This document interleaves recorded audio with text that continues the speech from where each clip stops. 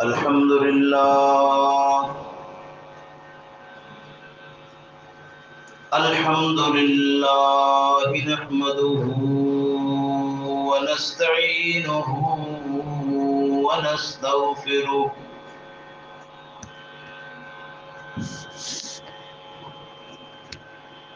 ونعوذ بالله من شرور أنفسنا ومن سيئات أعمالنا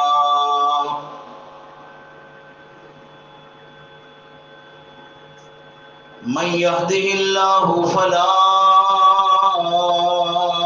مضل له ومن يضلله فلا هادي له ونشهد أن لا إله إلا الله وحده لا شريك له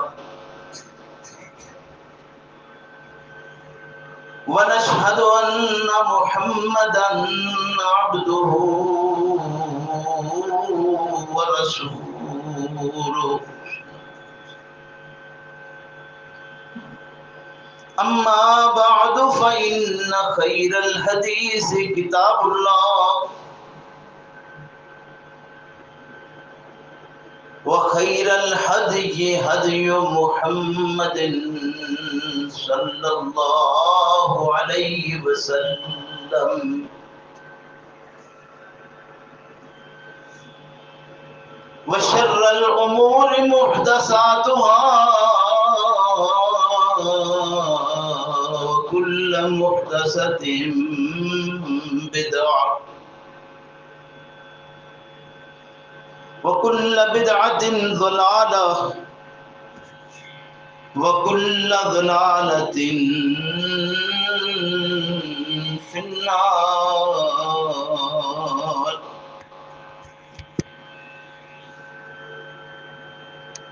فأعوذ بالله من الشيطان الرجيم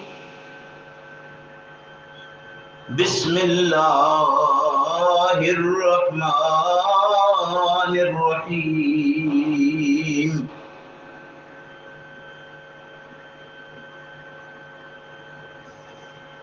وقالت اليهود يد الله مغلولة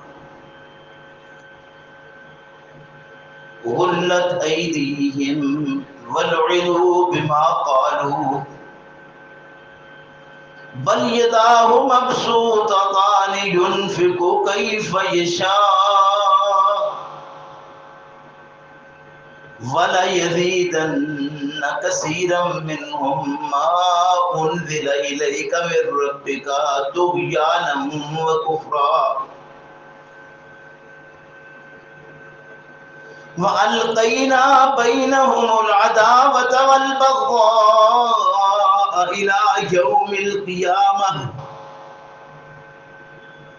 كلما أوقدوا نارا للحرب أطفأها الله ويسعون في الأرض فسادا والله لا يحب المفسدين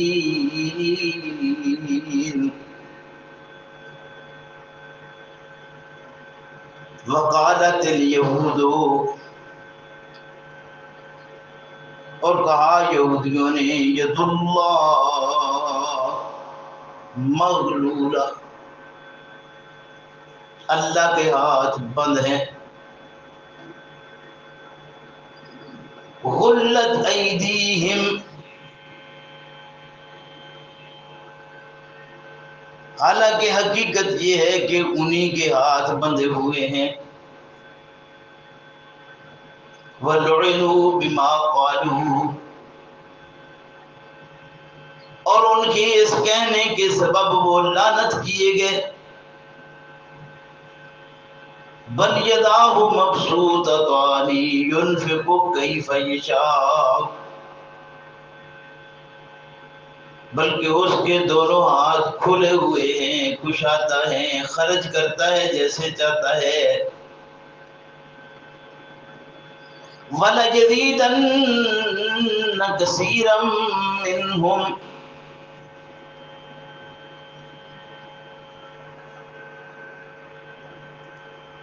اور اکثریت ان کی ایسی ہے جن کو وہ بڑھاتا ہے،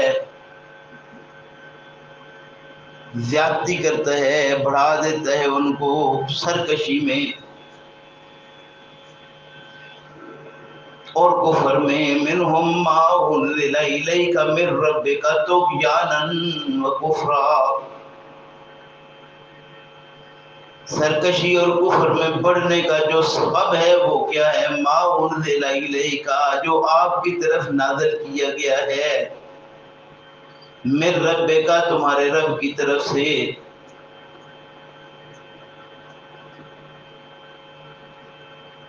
وَأَلْقَيْنَا بَيْنَهُمُ الْعَدَاوَةَ وَالْبَغْضَاءَ إِلَى يَوْمِ الْقِيَامَةِ، اور ہم ان میں قیامت تک عداوت اور بغض ڈالے رکھیں گے، اس میں بڑھاتے رہیں گے۔ كُلَّمَا أَوْقَدُوا نَارًا لِلْحَرْبِ أَطْفَأَهَا اللَّهُ، جب کبھی وہ آگ جلا لیتے ہیں لڑائی کی، اللہ اسے روک دیتا ہے۔ وَيَسْعَوْنَ فِي الْأَرْضِ فَسَادًا، اور وہ ہر ممکن کوشش کرتے ہیں زمین میں فساد کی، یہ ان کا وتیرہ بن چکا ہے۔ وَاللَّهُ لَا يُحِبُّ الْمُفْسِدِينَ، اور اللہ فسادیوں کو پسند نہیں کرتا۔ سبحان ربک رب العزت عما یصفون وسلام علی المرسلین والحمد للہ رب العالمین۔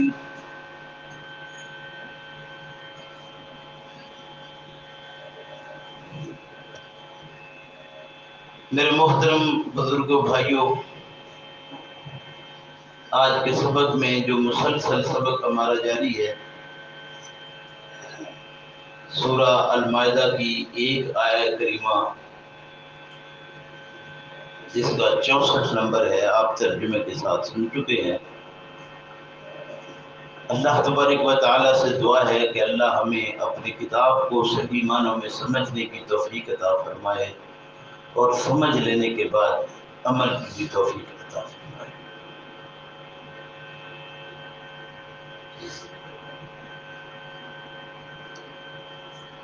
گزشتہ آیات میں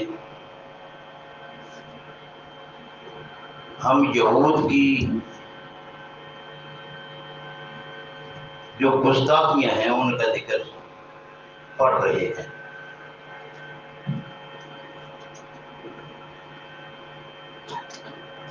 کہ وہ کس کس طرح سے کیسی کیسی باتوں کے اندر وہ مبتلا ہے۔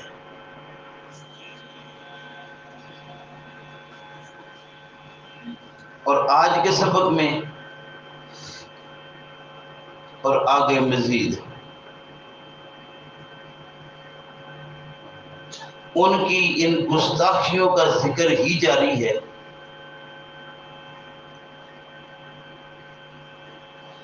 جن میں سر فہرست جو بات ہے وہ آج کے سبق میں بیان کی گئی ہے۔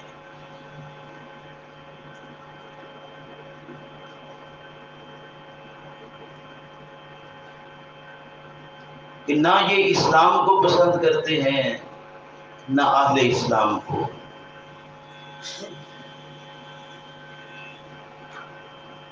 جسے کوئی پسند نہ کرے، ظاہر ہے کہ اس کے لیے حالات بھی خرابی والے پیدا کرتے ہی رہتے ہیں۔ اس لیے یہ اسلام اور اہل اسلام کے لیے خرابیاں تو کر ہی رہے تھے۔ آج کے سبق میں جس گستاخی کا ذکر ہے وہ ایسا ہے کہ وہ صرف اسلام اور اہل اسلام نہیں بلکہ ڈائریکٹ اللہ رب کریم کی ذات پر ہٹ ہے۔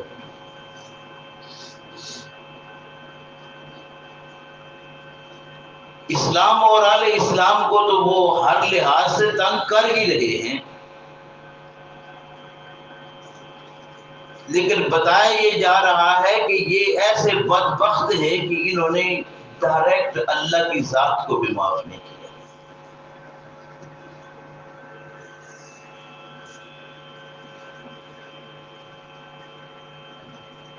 ہمارے ہاں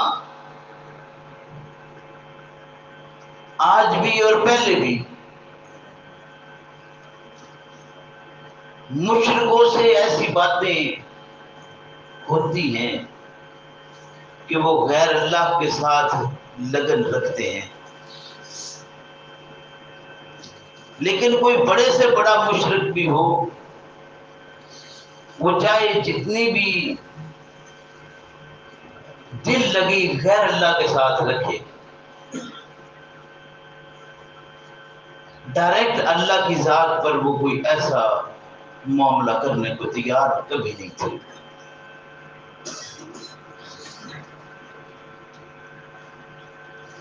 قرآن کریم بھی اس بات پر گواہ ہے اور کتب روایات میں بھی یہ بات واضح ہے۔ پیغمبر اسلام صلی اللہ علیہ وسلم کے پاس ایک آدمی آیا، آپ صلی اللہ علیہ وسلم نے پوچھا کہ آج کتنے خداؤں کی عبادت کر کے آئے؟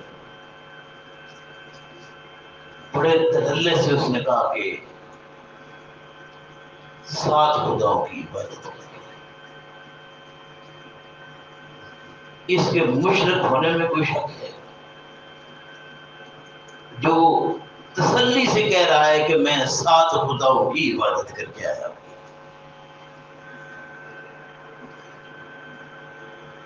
مسجد نبوی ہے، نہ پیغمبر اسلام صلی اللہ علیہ وسلم نے دھکے دے کر خود نکالا ہے، نہ صحابہ کو کہا کہ اس کو نکال دو، یہ کدھر سے آ گیا اسلام کا دشمن مٹ کر مشرک پگلے درجے کا، جسے اتنی بھی تمیز نہیں کہ اللہ کے گھر میں آ کر یہ کہتا ہے کہ 7 خداؤں کی عبادت کی ہے۔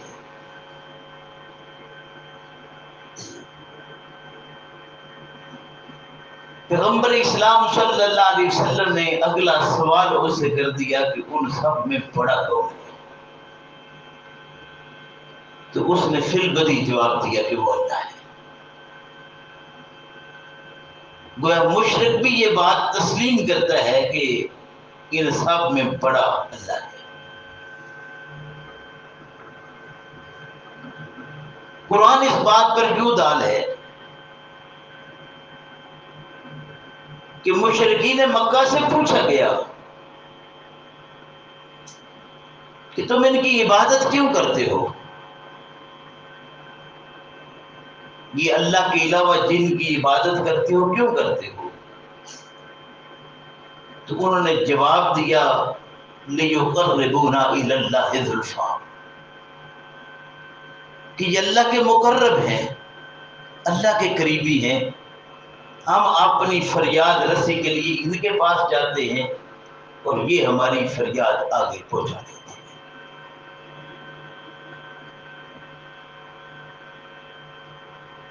لہذا مشرکین مکہ بھی فریاد کے لیے کسی غیر اللہ کے پاس جاتے تھے تو وہ دراصل اپنی فریاد کو اللہ تک پہنچانے کا ذریعہ ان کو سمجھتے تھے۔ گویا مشرک بھی اللہ کی اس طرح اللہ کے لیے توہین آمیز الفاظ استعمال نہیں کرتا جس طرح کے الفاظ ان یہود نے استعمال کیے۔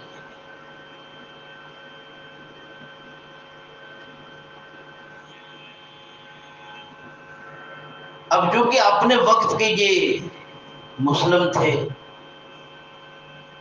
انبیاء علیہ الصلوۃ والسلام کی کثیر تعداد ان کی طرف ہے، تو ظاہر ہے انہی میں سے وہ لوگ بھی تھے جو ماننے والے اور تسلیم کرنے والے بھی تھے، لیکن وہ وقتی طور پر مانتے اور تسلیم کرتے رہے، لیکن جو ہی وہ وقت نکل جاتا تو پھر وہ اسی ڈگر پر آ جاتے جس پر کبھی پہلے ہوتے تھے۔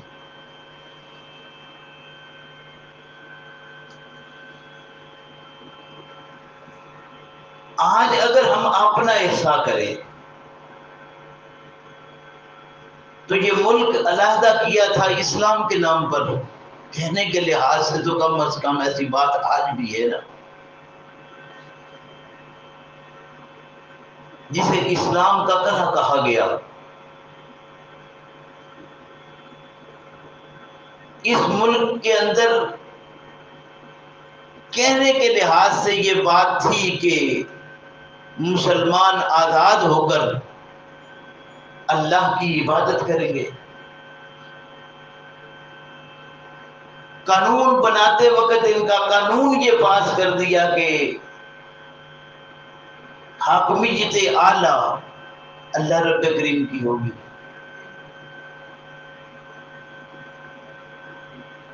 باقاعدہ طور پر پاس کر دیا گیا کہ کوئی قانون اس ملک کے اندر ایسا نہیں ہوگا جو کتاب اللہ سے متصاد ہو، متصادم ہو۔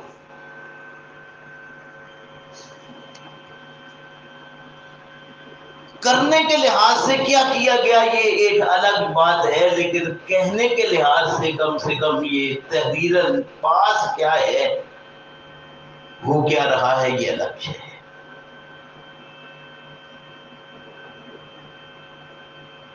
ان کی شرارتوں کے متعلق اللہ رب کریم نے ارشاد فرمایا کہ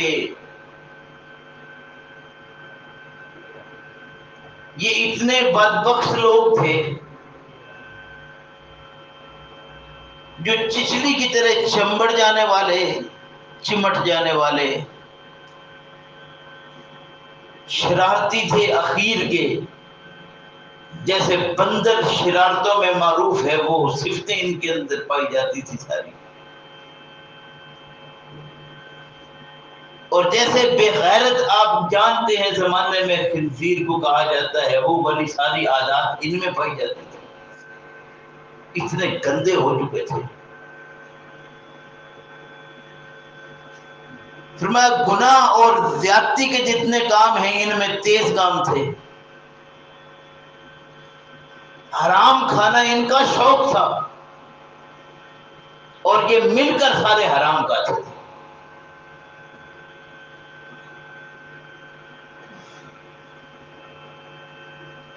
فرمایا کہ ان کے احبار و رحمان، بزرگ، پیر، رہبر، رہنما، علماء، مشائخ جانتے تھے کہ یہ گناہ کے کاموں میں، برائیوں میں، بد کرداریوں میں تیز کام ہے، لیکن ان کو منع نہیں کرتے تھے۔ کیوں؟ فرمایا اس لیے کہ ان کے پیٹ کا یہ دھندا تھا، اور وہ اپنا دھندا بنائے ہوئے تھے، تو دھندا کوئی بھی اپنا خراب کرنے کو تیار نہیں ہوتا۔ وہ ان یہود نامسعود نے ایسے یہ بدبخت تھے کہ ان کے علماء، مشائخ، پیر، بزرگ ان کے حرام کھانے میں خود تیز کام تھے، ان سے یہ لوٹتے تھے، اور ان سے لوٹنے کے لیے، مال بٹورنے کے لیے، مال حاصل کرنے کے لیے یہ حق بات چھپا جاتے تھے، اور جیسا یہ کہتے تھے ان کی ہاں میں ہاں ملائے رکھتے تھے۔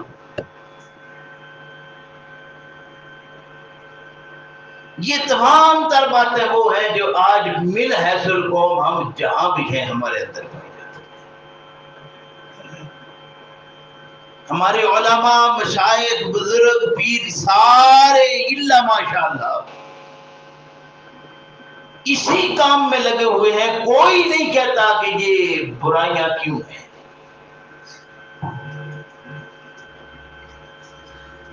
اسلامی حکومت ہو اور عوام پس رہی ہو، حاکم وقت اسلامی ہو نہیں سکتا۔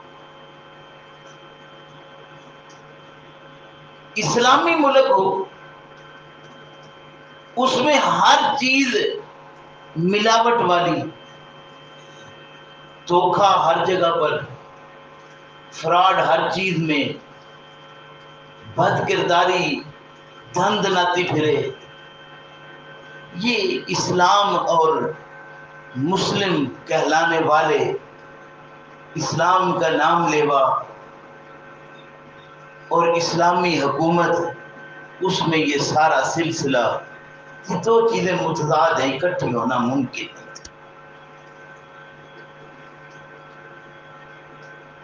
عادات وہی جو یہود والی ہیں، لیکن کہنے کے لحاظ سے خود کو ہم مسلمان کرتے ہیں۔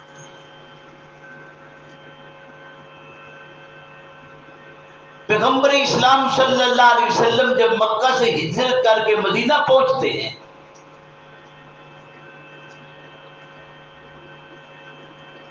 اور وہاں جا کر جب اللہ رب کریم کی تعلیمات کا درس دیا جاتا ہے، یہود اس وقت بھی مدینہ کے اندر مالدار تھے، کھاتے پیتے تھے، چدراہٹ تھی ان کی۔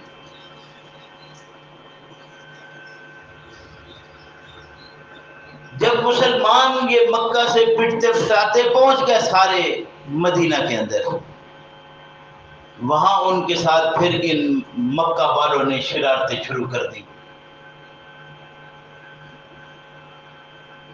ان حالات میں مسلمانوں کو جہاں افرادی قوت چاہیے تھی، وہیں مال و متاع بھی چاہیے تھا۔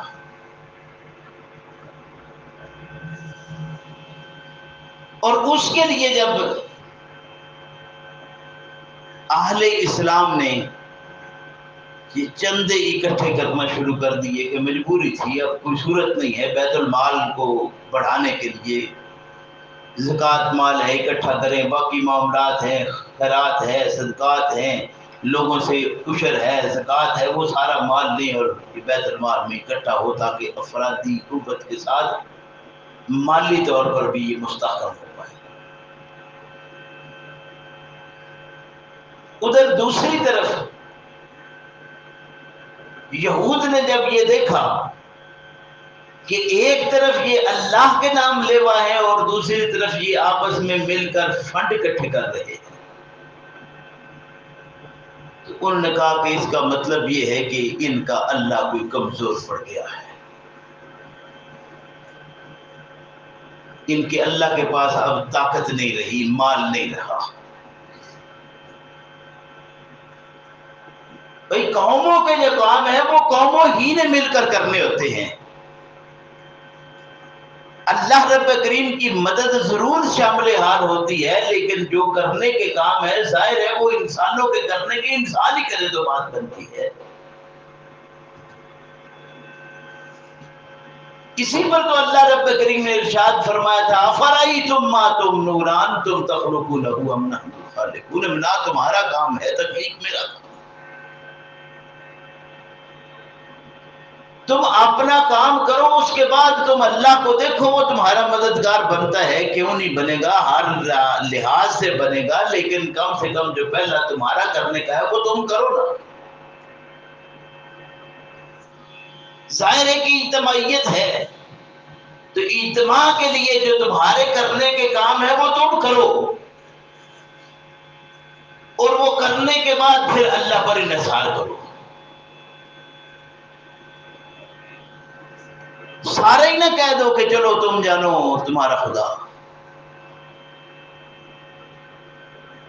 پہلے بھی یہ کہہ چکے تھے نا کہ موسیٰ تم لڑتے پھرو اور تمہارا خدا، یہ یہودی کی بات تھی نا کہ موسیٰ جاؤ تم لڑو اور تمہارا خدا لڑے۔ تو یہ تمہارا کام ہے، ہاں اللہ کی طرف سے مدد شامل حال ہوگی۔ مدینہ طیبہ میں پیغمبر اسلام صلی اللہ علیہ وسلم نے جب اعلان جنگ کیا، نکلے یہاں سے، بدر میں بہت تھوڑے تھے لیکن قوت ارادی لے کر نکلے تھے، تو نہتے ہونے کے باوجود اور وہ پورے ہتھوں والے سارا جو کچھ تھا اکٹھا کر کے آئے ہوئے، کیسی ان کی اینٹ سے اینٹ بجا دی تھی، وہ نکلنے پر بھاگنے پر مجبور ہو گئے تھے۔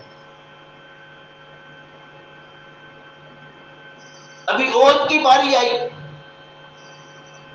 ان کی افرادی قوت بھی ماشاءاللہ پہلے سے اور مالی طور پر بھی پہلے سے مضبوط ہو گئے،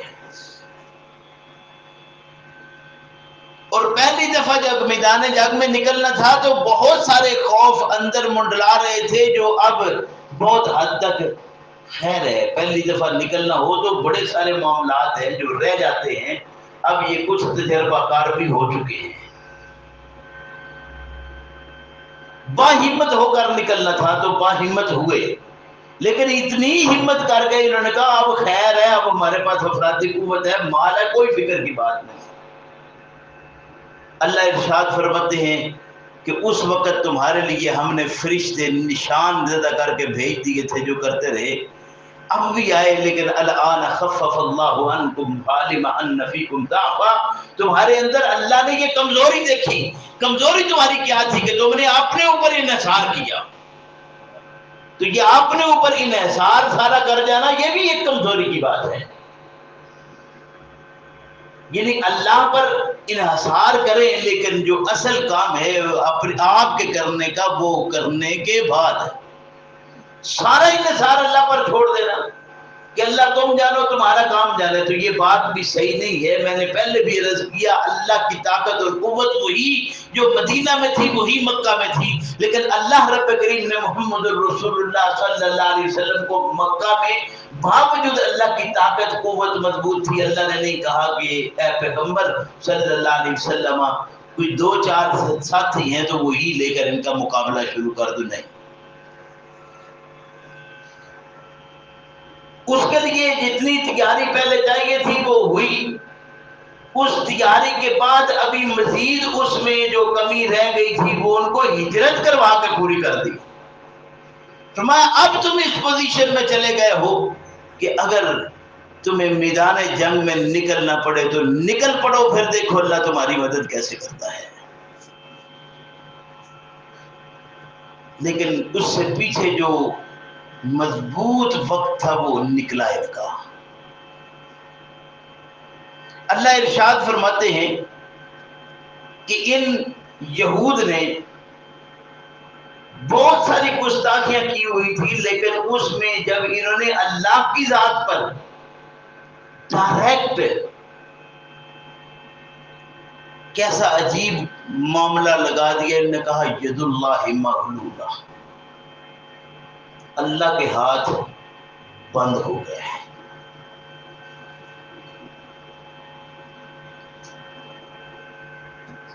یعنی ایک ایسا بدترین کلمہ ہے اللہ کے لیے کہ اللہ کمزور پڑ گیا، اس کے ہاتھ بندھے گئے، اب وہ خرچ نہیں کر سکتا، اس لیے مانگا جا رہا ہے، ایسی بات نہیں۔ فرمایا غلت ایدیہم، اللہ کے ہاتھ نہیں بندھے، ان کے ہاتھ باندھ دیے گئے ہیں، جو جو ان کے پاس ہے یہ اپنا محفوظ کر کے بیٹھ گئے ہیں کہ ہم نہیں نکلنے دیں گے، ہمارے پاس جو ہے وہ تو ہمارا ہے، اللہ اپنی طرف سے دے، تو جو تمہارے پاس ہے یہ تمہارا کہاں، یہ اللہ ہی کا ہے، اللہ دیتا ہے اور پھر دے کر مانگتا ہے، جو تمہارے پاس ہے اس میں ذرا احساس کرو تمہارا اپنا ہے کیا، اور تم تو خود اپنے آپ کے نہیں ہو، کبھی سوچو تو تم کیا تھے؟ آج تم سمجھتے ہو کہ یہ اللہ کا فضل ہے، میرے پاس طاقت ہے، قوت ہے، یہ طاقت دی تمہیں کس نے؟ اسی طرف سے نہ خیال کر لیتے کہ یہ قوت دینے والا تمہیں کون تھا؟ آج یہ ایک عضو تمہارا کوئی سایہ ہو جائے تم اس کے لیے مارے مارے پھرتے ہو، لیکن اس کی اصل حالت تمہیں واپس نہیں ملتی۔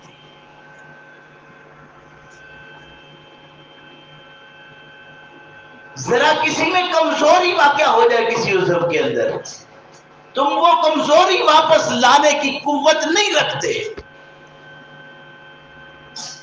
تم کس طرح کی بات کر رہے ہو؟ تم خود ہو کیا پہلے اپنا تو خیال کرتے. اللہ کے دیے ہوئے کو تم سمجھتے ہو میرا، نہیں یہ تیرا نہیں.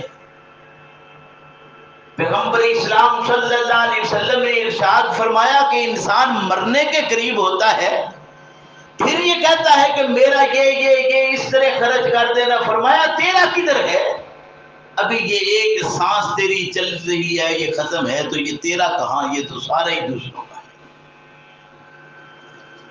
جسے تو سمجھتا ہے کہ میرا ہے، تیرا کچھ نہیں ہے. تو اپنا جسم سمجھتا ہے میرا ہے، تو آج پاؤں کی بجائے پاؤں والا کام ہاتھوں سے لے کے دکھا. تیرے ہے نا، ذرا کر کے دکھا دے. تیرے میں تو اتنی طاقت نہیں ہے کہ تو اپنے پاؤں والا کام ہاتھ سے اور ہاتھ والا پاؤں سے لے لے. تیرے ہیں، تو ذرا کر تو صحیح. ہاں تجھے بڑا ناز ہے اپنے اوپر. یہ دو پاؤں تجھے قدرت نے دیے ہیں، ایک اٹھا کر کھڑا ہے تو تیری ہمت ہے، ٹھیک ہے، طاقت ہے تیرے میں. ضد کر گیا کہ ایک پہ دونوں اٹھا اور کھڑا ہو کے دکھا. بڑا تو طاقتور ہے، کرتب تو کر لے گا 2 منٹ کا، لیکن یہ کام کرنے کو تجھے کرنا پڑے تو تو یہ نہیں کر سکتا کہ میں پاؤں والا کام ہاتھوں سے لے. طاقت تیرے میں اتنی نہیں. سمجھتا ہے کہ میں سارا کچھ ہو گیا.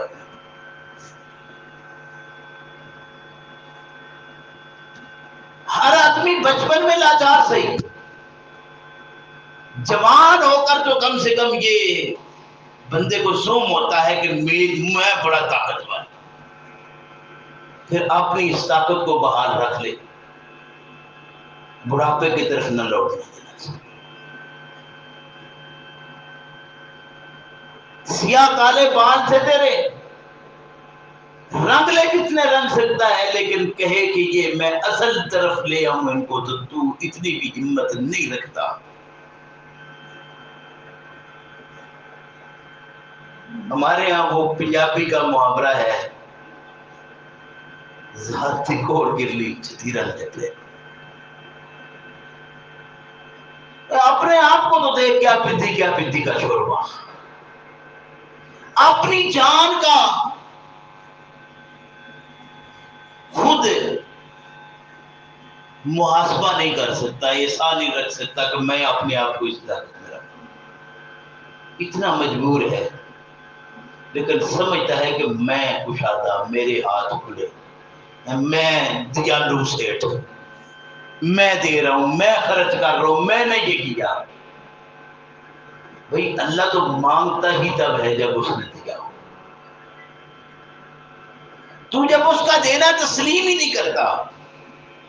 اپنی طاقت، یہ طاقت کے بل بوتے اگر سب کچھ ملتا ہوتا تو اس زمانے میں آج ہم لوگ سانس بھی نہ لے سکتے. یہ ہماری سانس بھی ویسے ہی اللہ کا فضل ہے، سانس کھینچی جا رہی ہے، کوئی دیر کی بات نہیں. عنقریب دیکھیے کیا حالات بنتے ہیں. لیکن یہاں حالات اس نوبت تک پہنچانے کے ذمہ دار کون ہیں؟ ہم ہی تو ہیں. ہاں شیطان کو کہہ لیں گے، یہودی سازش کہہ لیں گے، عیسائیوں کی سازش کہہ لیں گے، شک بھی اس میں کوئی نہیں. آج جو ہم یہ سمجھتے ہیں نا کہ یہ یہود و نصارہ مل کر یہ سب کچھ کر رہے ہیں، یہ نصارہ کو بھی شک ہے یہ سانپ ہی ہے جو اپنے پاس پال رہے ہیں. یہ کبھی بھی کسی زمانے میں بھی یہود نصارہ اکٹھے رہ نہیں سکتے. پہلے بھی ہوئے، الگ تھے، اسلام کے مقابلے میں اکٹھے ہوئے تھے، پھر اکٹھے نہیں رہ سکتے. آج نصارہ کی گود میں ہم، اور یہود ان کے پشت پناہ۔ ہم مار بھی کھاتے ہیں اور پیاز بھی کھاتے ہیں، لیکن یہ ایسے بدبخت ہیں، یاد رکھیے کہ یہود ایسی قوم ہے کہ یہ ہر حال میں، بہر حال یہ سانپ ایسا ہے جس کا سر کچلا ہی جانا ہے۔ کہاں یہ وقت نفرت سے شروع ہوئے مار کھانا، انہوں نے وقتاً فوقتاً مستقل مار کھائی، اور ہر بار جب یہ اوپر اٹھے یہ مارے گئے اور نیچے دبے، یہاں تک کہ وہ وقت آیا جب محمد الرسول اللہ صلی اللہ علیہ وسلم تشریف لائے، اسلام آ گیا،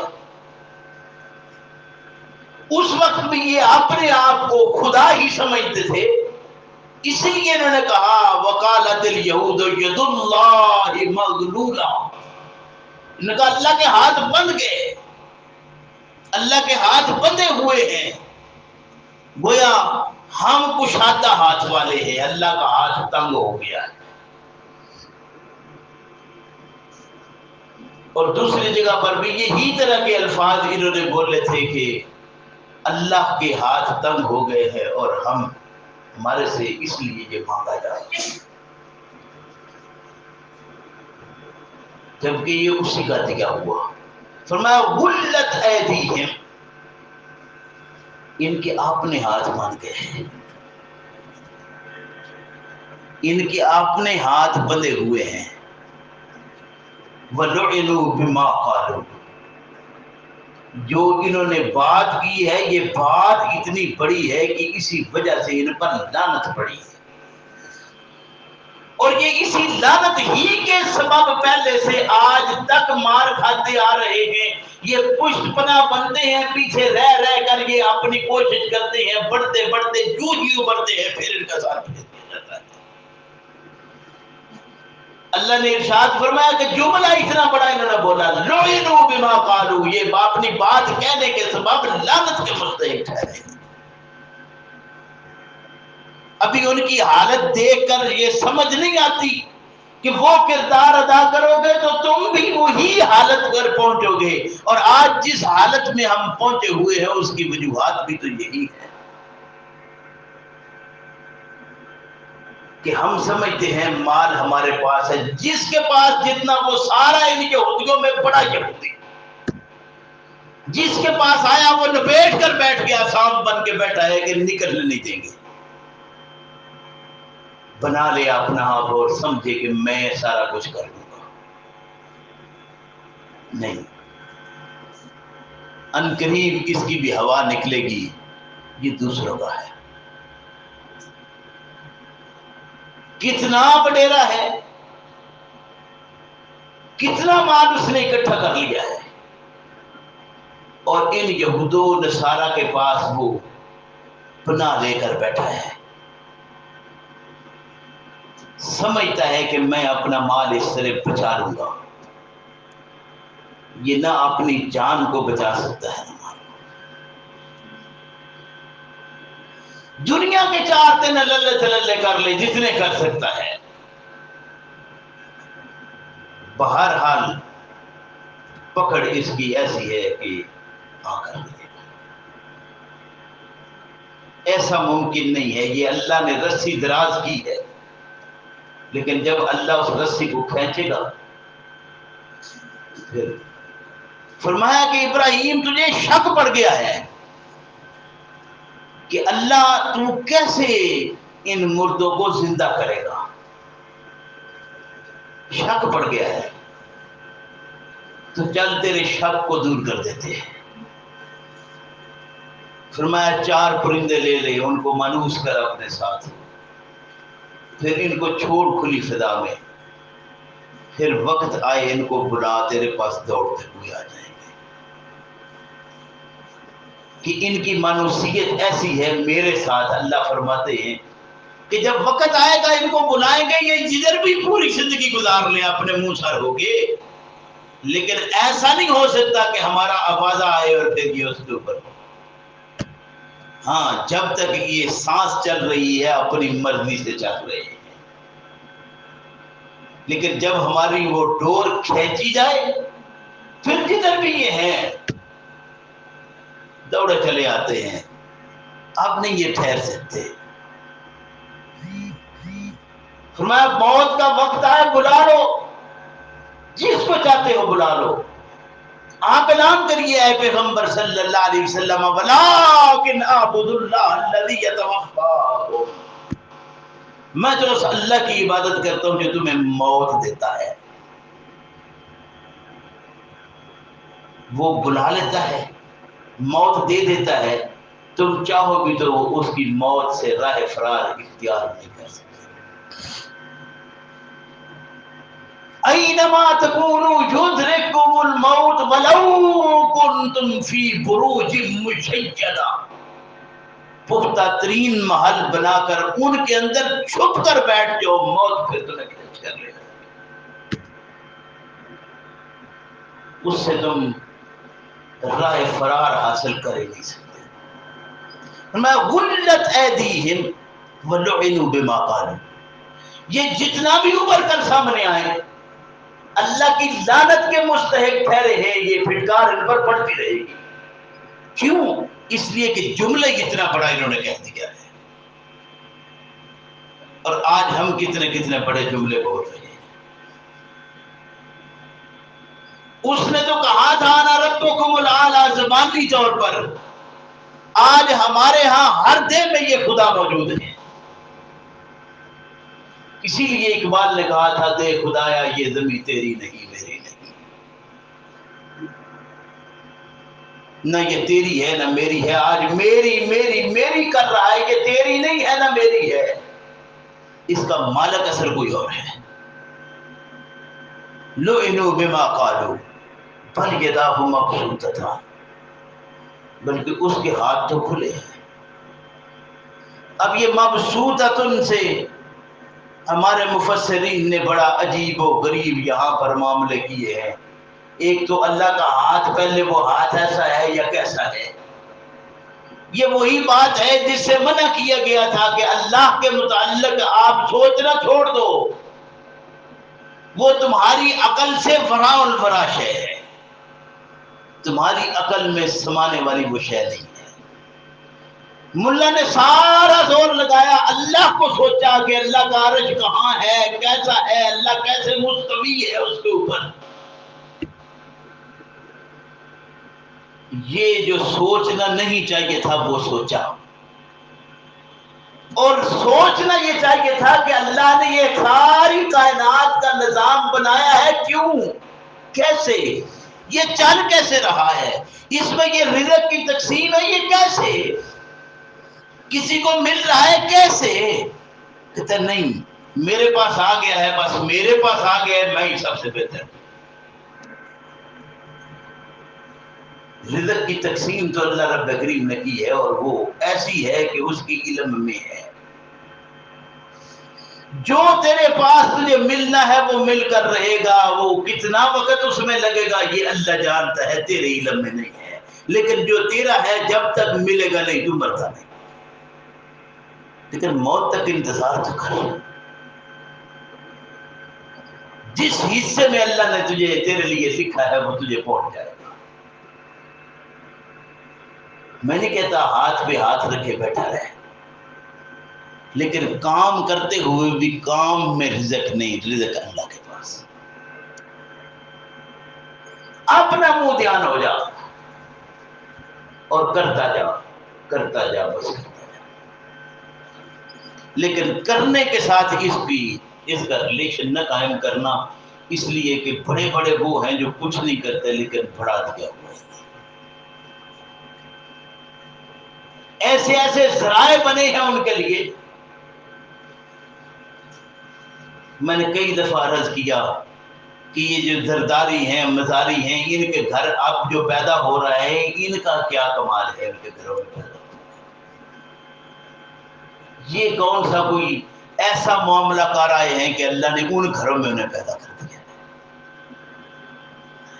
آج غیروں کی طرف جانے کے لیے ہمارے ہاں ہر طرح سے پاپڑ بیلے جا رہے ہیں، ہر جھوٹ سچ جو کچھ ہو سکتا ہے کر کے یہ کسی طرح سے ملک وہ لوگ جو آپ کے زمانے میں پیدا ہوئے ان ملکوں میں، ان کا کیا کمال تھا؟ یہ اللہ کا زندگی دی ہوئی اس امتحان کا ہے، اس کو امتحان ہی سمجھ کر گزارتے ہیں۔ لیکن بدقسمتی یہ ہے کہ یہود تھے یا نصارہ یا آج ہم ہیں، سب کو معاملہ ایک ہی درپیش رہا ہے کہ ہم نے سمجھا کہ یہ ہمارے ہاتھ کی اور محنت کی کمائی ہے، یہ جو آج ہم ہیں یہ ہم ہی ہیں۔ کبھی ہم نے نہ پچھلوں کو دیکھا نہ آنے والے کو کبھی خیال کیا، سمجھتے ہیں کہ جو کچھ ہے ہم ہیں بس، اور جو ہمارے پاس ہے وہ ہمارا ہی ہے۔ حالانکہ یہ اللہ کی تقسیم ہے۔ اگر اس نے آپ کو تقسیم کرنے والا بنایا ہے، دیا ہے تو تقسیم کرنے والا بنایا ہے، اگر آپ کو تقسیم ہی صحیح طریقے سے نہیں کر رہے تو اللہ کے ہم مجرم آپ ہیں۔ یہ اللہ کا دیا ہوا آپ کو اللہ نے قاسم بنایا تھا تقسیم کر، لیکن تم قاسم بنے نہیں۔ ہاں، محمد الرسول اللہ صلی اللہ علیہ وسلم ایسے قاسم تھے کہ آپ نے ارشاد فرمایا اوت پہاڑ برابر بھی میرے پاس سونا آ جائے تو 3 دن نہ گزرے کہ کوئی اجر کوئی میرے پاس نہ ہو، کیونکہ قاسم، آج قاسم تو بہت ہوں گے لیکن کوئی تقسیم کرنے والا ہو نہیں، اکٹھا کرنے والا ہو، اکٹھا کرنے والا۔ اور پھر یہ اکٹھا کرتے کرتے کرتے زندگی گزر جاتی ہے، انسان سمجھتا ہے میرا میرا، فرمایا کہ کہتا ہے انسان مالی مالی مالی، میرا مال میرا مال میرا میرا مال۔ تیرا مال کیا ہے؟ تیرا مال ہے ان مالہ من مالہ ثلاث، تیرا مال تو وہ ہے 3 حصے اس کے کر لے، اکلہ فافنا لبسہ فافلا، جو پہن لیا پھاڑ لیا، جو کھا لیا ختم کر دیا، ما سوا ذالک، اس کے سب جو علاوہ جو بچا ہے وہ کیا ہے؟ بابا ذاہب تارک فی الناس، چلا گیا اور لوگوں کے لیے چھوڑ گیا۔ پیغمبر اسلام صلی اللہ علیہ وسلم نے پوچھا صحابہ سے، ذرا بتاؤ تم میں سے کون ہے جو دوسرے کے مال کی حفاظت کرتا ہے؟ سب نے سر جھکایا، سوچا یا رسول اللہ صلی اللہ علیہ وسلم ہم تو اپنے مال کی حفاظت کرتے ہیں، ہم تو اپنے مال کی حفاظت کرتے ہیں۔ نبی کریم صلی اللہ علیہ وسلم نے ارشاد فرمایا جو کھاتے ہو جو پہنتے ہو اس میں کس کی حفاظت کرتے ہو؟ یا رسول اللہ وہ تو کھا لیتے ہیں پہن لیتے ہیں۔ فرمایا جس کی حفاظت کرتے ہو وہ تیرا کدھر ہے؟ تو چھوڑ کر جائے گا، یہ تو دوسروں کا ہے جس کی حفاظت کرتے بیٹھا ہے۔ تو حفاظت کرتا کرتا مر جائے گا اور حساب تیرے سے ہوگا، استعمال دوسرے کریں گے۔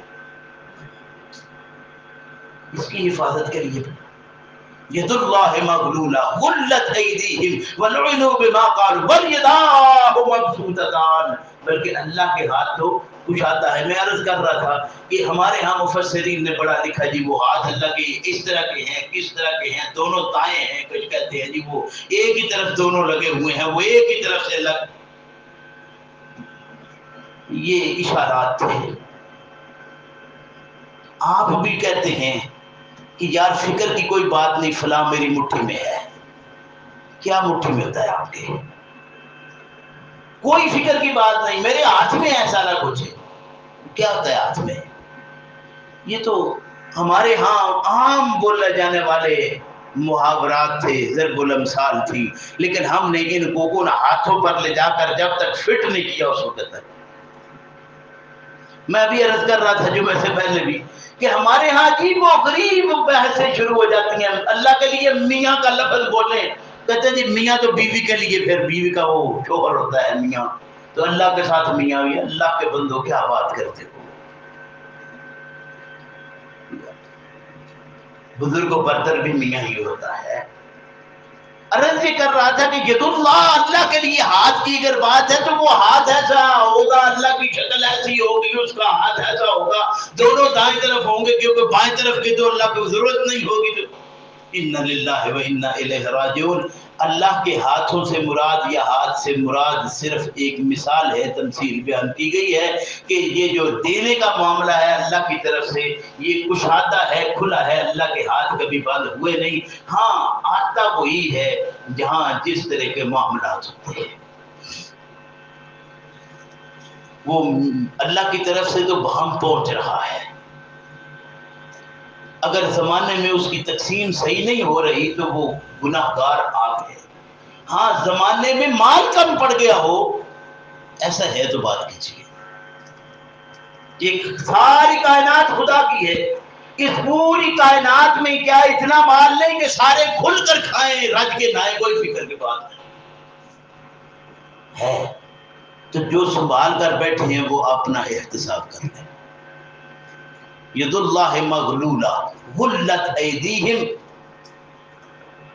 وَلُعِنُوا بِمَا قَالُوا بَلْ يَدَاهُ مَبْسُوطَتَانِ يُنْفِقُ كَيْفَ يَشَاءُ. وہ تو خرچ کرتا ہے، وہ تو نفق والا معاملہ ہے. ایسی سرنگ ہے کہ دونوں منہ دونوں دھانے کھلے ہوئے ہیں اللہ کی طرف سے، کوئی بند نہیں ہے کہ اتنا اللہ نے سنبھال کر رکھنا ہے پھر اس سے بڑھے گا تو وہ دینا نہیں. يُنْفِقُ كَيْفَ يَشَاءُ. تو انفاق والی بات تھی. جتنا ہے نکلتا جا رہا ہے، نکلتا جا رہا ہے. ہاں اللہ کے خزانے اتنے ہیں کہ ان میں کمی اتنی بھی واقع نہ ہو جتنا مثال کے طور پر یوں بیان کیا جاتا ہے کہ آپ دریا کے اندر سمندر کے اندر سوئی ڈبوئے اس کو نکالے، اس کا نکا جتنا گیلا ہوتا ہے اس سے جتنا سمندر کا نقصان ہے. اللہ کے ہاں تو مال کا یہ معاملہ ہے کہ اس کے ہاں اتنا بھی اس کا فرق نہیں. اللہ کے ہاں تو یہ معاملہ تھا. يُنْفِقُ كَيْفَ يَشَاءُ وَلَيَزِيدَنَّ كَثِيرٌ مِّنْهُم مَّا أُنزِلَ إِلَيْكَ مِن رَّبِّكَ طُغْيَانًا وَكُفْرًا. اللہ ارشاد فرماتے ہیں کہ اکثر کو ہم نے سرکشی میں اور کفر میں بڑھایا تو اس کی وجہ کیا بنی؟ فرمایا وجہ اس کی یہ بنی کہ جو اللہ کی طرف سے نازل تھا یہ منزل من اللہ، یہ اس کا کفران کر دیتے. اللہ سمجھ کی توفیق عطا فرمائے. یہ جملہ کیا ہے اس پر انشاءاللہ مزید بات.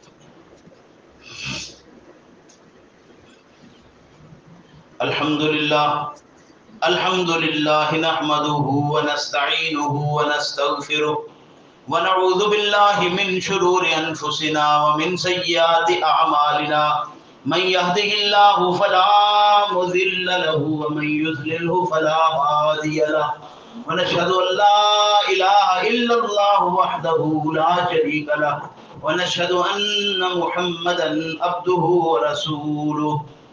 اما بعد فان خير الحديث كتاب الله وخير الهدي هدي محمد صلى الله عليه وسلم وشر الأمور محدثاتها وكل محدثة بدعة وكل بدعة ضلالة وكل ضلالة في النار. فاعوذ باللہ من الشیطان الرجیم. بسم اللہ الرحمن الرحیم.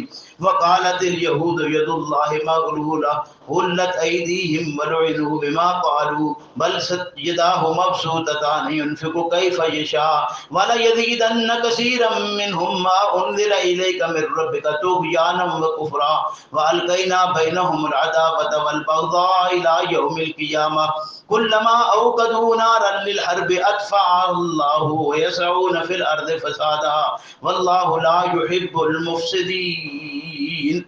میرے محترم بزرگوں بھائیوں،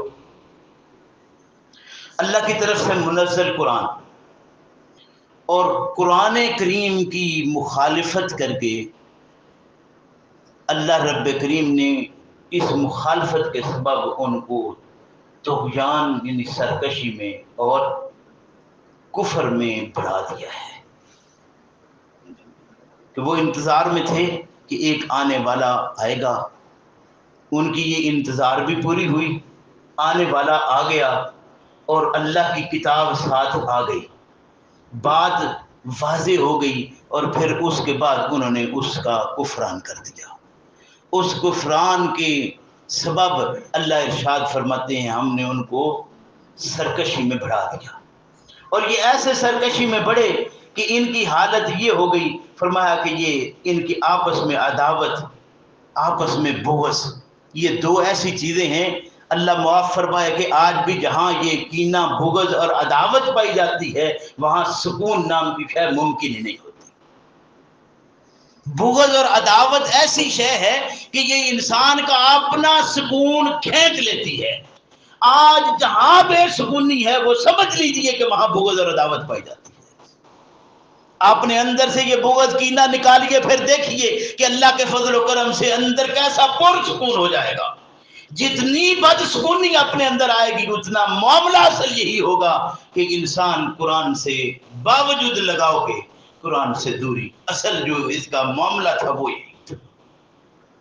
اللہ ارشاد فرماتے ہیں کہ یہ جب بھی معاملہ کھڑا کرتے ہیں تو اللہ اس کو بٹھا دیتا ہے کہ یہ مکمل طور پر ختم ہو نہیں رہے، ان کے لیے آگ جلتی ہے، پھر آگ ان کو بھسم کرتے کرتے یہ پھر آخر پر پہنچ جاتے ہیں۔ یہی وہ ہیں جن کے متعلق ابھی سنا تھا آپ نے کہ وہ ایک قوم ہے جو چاٹتی رہتی ہے اور پھر وہ چھلکے کے برابر پیاز کے رہ جاتا ہے، سو جاتے ہیں کہ صبح اٹھیں گے پھر وہ اسی طرح دیواریں کھڑی ہوتی ہیں۔ یہ ان کی سرکوبی کا یہی معاملہ ہے اور مسلسل یہ چلتا جا رہا ہے اور کوئی ان کی وہاں سے چھوٹنے کی صورت نہیں۔ فرمایا یسعون فی الارض فسادا، زمین میں فساد پھیلا رہے ہیں، اور یہ فساد کیا ہے؟ یہ جتنی بد امنی ہے یہ سارا فساد ہی ہے، اسی کا نتیجہ ہے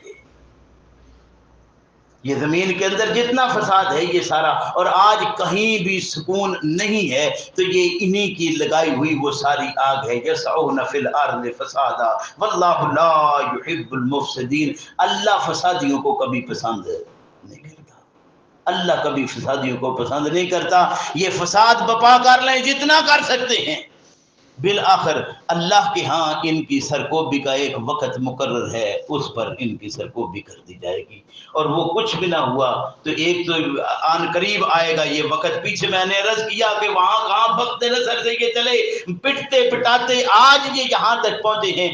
آج کل یہ نصارہ کے پیچھے چھپ چھپ کر کام کرنا شروع کیا ہوا ہے، ان قریب یہ نصارہ ہی ان کا سر کچل دیں گے۔ یہ وقت آئے گا اور آپ دیکھیں گے اللہ ارشاد فرماتے ہیں لا یحب المفسد، اللہ فسادیوں کو کبھی پسند نہیں کرتا۔ جن کے ہاں بھی یہ عادات پائی جاتی ہیں اللہ کبھی انہیں پسند نہیں کرتا، اور یہ وہی عادات ہیں جو بندروں اور خنزیروں والی تھی۔ پیچھے سبق ہم پڑھ آئے ہیں، اللہ سمجھنے کی توفیق دے۔ ربنا لا تزغ قلوبنا بعد إذ هديتنا وهب لنا من لدنك رحمة